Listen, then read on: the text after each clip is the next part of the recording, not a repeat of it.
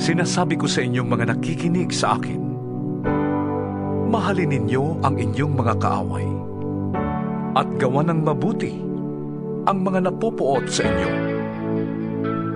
Pagpalain ninyo ang sumusumpa sa inyo at ipanalangin ang mga nang-aapi sa inyo. Kapag sinampal ka sa isang pisngi, iharap mo rin ang kabila. Kapag inagaw ang iyong balabal, huwag mong ipagkait ang iyong baro. Bigyan mo ang bawat nanghihingi sa iyo. At kung may kumuha ng iyong ari-arian, huwag mo nang bawiin pa ang mga iyon.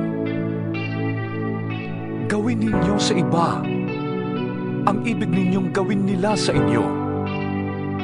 Kung ang nagmamahal lamang sa inyo ang inyong mamahalin, ano pang gantimpala ang inyong hihintayin? Ang mga makasalanan man ay marunong ding magmahal sa mga nagmamahal sa kanila.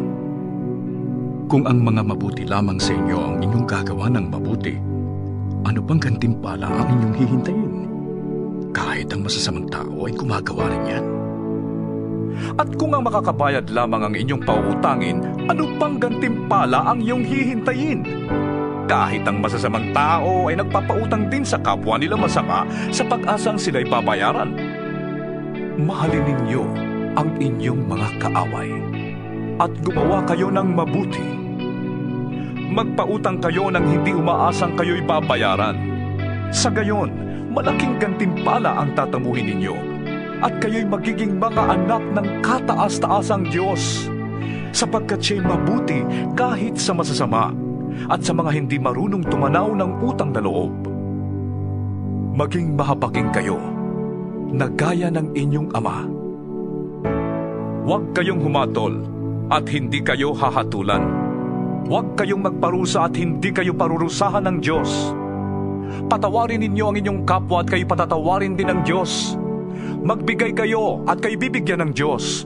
Hustong takal, siksik, liglig at umaapaw pa ang ibibigay sa inyo. Sapagkat ang panukat na ginagamit ninyo sa iba ay siya ring gagamitin ng Diyos sa inyo. Maaari kayang mag-akay ang bulag ng kapwa bulag. Pareho silang mahuhulog sa hukay kapag ginawa nila ang ganon. Walang alagad na nakakahigit sa kanyang guro. Ngunit kapag lubusang naturuan, ang alagad ay makakatulad ng kanyang guro. Bakit mo napapansin ang puwing ng iyong kapatid? Ngunit hindi mo nakikita ang troso sa iyong mata. Paano mong masasabi sa iyong kapatid, "Kapatid, hayaan mong alisin ko ang iyong puwing," gayong hindi mo nakikita ang trosong nasa iyong mata? Mapagkunwari. Alisin mo muna ang troso sa iyong mata nang makakita kang mabuti. Sa gayon, maalis mo na ang puwing ng iyong kapatid. Walang mabuting punong kahoy ang namumunga ng masama, at wala ring masamang puno ang namumunga ng mabuti. Nakikilala ang bawat puno sa pamamagitan ng kanilang bunga, sapagkat hindi nakakapitas ng igos sa matitinik na halaman o ng ubas sa mga dawag. Ang mabuting tao ay naglalabas ng mabuti mula sa kanyang pusong sagana sa kabutihan, samantalang ang masamang tao naman ay naglalabas ng masama mula sa kanyang pusong tigib ng kasamaan. Sapagkat kung ano ang nag-uumapaw sa puso, ay siyang sinasabi ng labi. Bakit ninyo ko tinatawag ng Panginoon, Panginoon? Gayong hindi naman ninyo tinutupad ang sinasabi ko. Sasabihin ko sa inyo kung ano ang katulad ng taong lumalapit sa akin, nakikinig ng aking mga salita, at nagsasagawa ng mga ito. Ang katulad niya ay isang taong humukay ng malalim at nagtayo ng bahay sa pundasyong bato.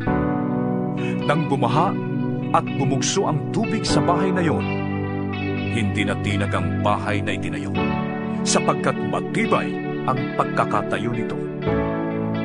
Ngunit ang nakikinig naman ng aking mga salita at hindi tumutupad nito ay katulad ng isang taong nagtayo ng bahay ng walang pundasyon.